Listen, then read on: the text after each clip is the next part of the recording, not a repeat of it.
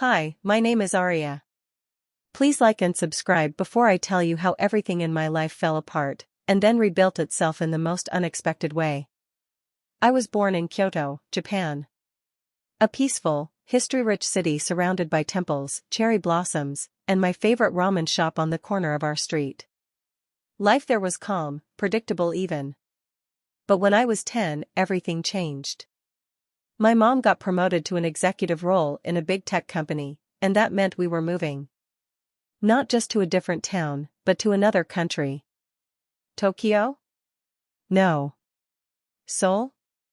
Nope. We moved halfway across the world, to New York City. Bright lights, sirens, noise, and so many people. I thought it was exciting at first. I imagined movie-style adventures. But what I got was isolation. I was placed into a prestigious private school filled with elite kids, all dressed like they were headed to a business meeting. On the first day, I introduced myself with a nervous bow. Hi, I'm Aria. I'm from Japan. I brought some matcha cookies my grandmother made. I hope we can be friends. Most of the kids just blinked at me. But one girl walked up and smiled. I'm Skylar. You're brave to wear traditional stuff here. I like that. Skylar became my first friend. She was loud, spontaneous, and had this magnetic energy. She loved drawing comics and would make me laugh with her weird superhero sketches. We clicked instantly, even though she didn't know a word of Japanese. But of course, my mom didn't approve. Friends reflect your future, she'd always say. She wanted me to hang out with these robotic overachievers who only spoke in grades and college applications. So, to keep her off my back, I pretended to be friends with two girls named Ava and Riley, basically human versions of glittery calculators. I hated it. But Skylar? She was real. Messy, wild, and full of heart. One day, I forgot to tell Mom that Skylar was coming over after school. The moment Skylar stepped in, I saw Mom's smile freeze like a broken hologram. So, Skylar, what do your parents do? My mom's a tattoo artist and my dad's a mechanic. They're super cool. Mom raised an eyebrow. Oh. I see. How creative. Skylar just laughed awkwardly. Yeah, we're not exactly Ivy League material, huh? After dinner, while we were cleaning up, I heard my mom whisper to me, she's not a good influence. You'll thank me later. I didn't thank her. I was furious.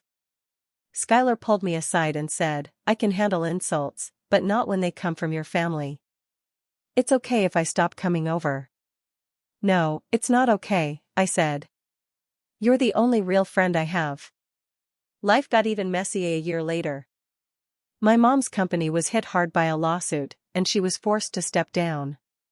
We lost a lot of money overnight. The fancy apartment, the chauffeurs, even my violin lessons, all gone. And worst of all? I had to leave the private school. I can't believe this, Mom muttered. Do you know how hard I worked to get you in there? Mom, it's not about the school. I just want a normal life. Friends. Art. Time. Well, tough. Life isn't about what you want. It's about what you earn. Dad was the calm one. Let her breathe, Yumi. She's still a kid. But Mom didn't listen.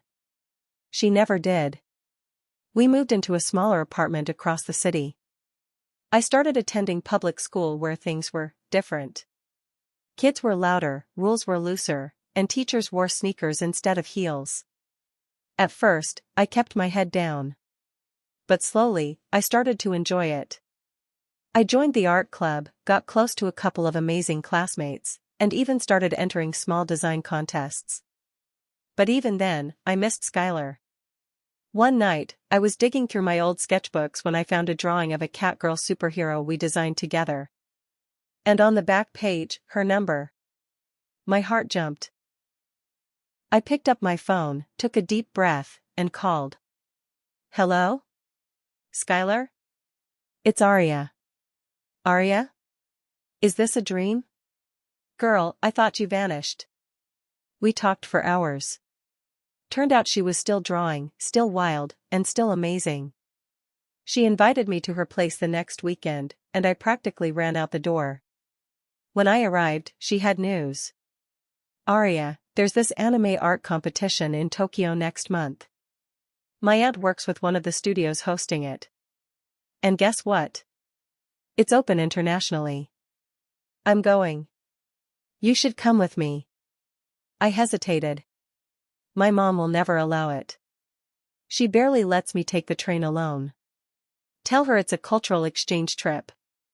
Something prestigious she can brag about. That got me thinking. A plan started forming. I went home and told Mom, there's an international art seminar in Tokyo. Scholarships. Portfolio exposure. I got in. Her eyes lit up. Oh? That's impressive.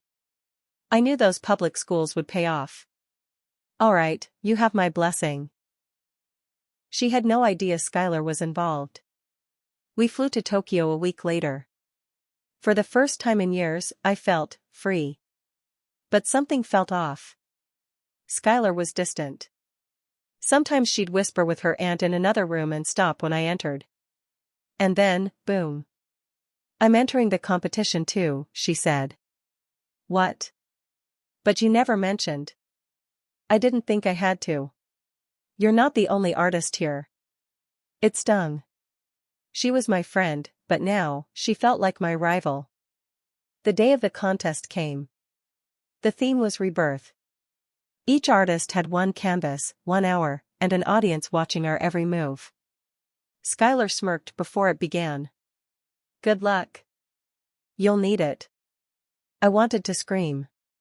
But instead, I let my brush do the talking.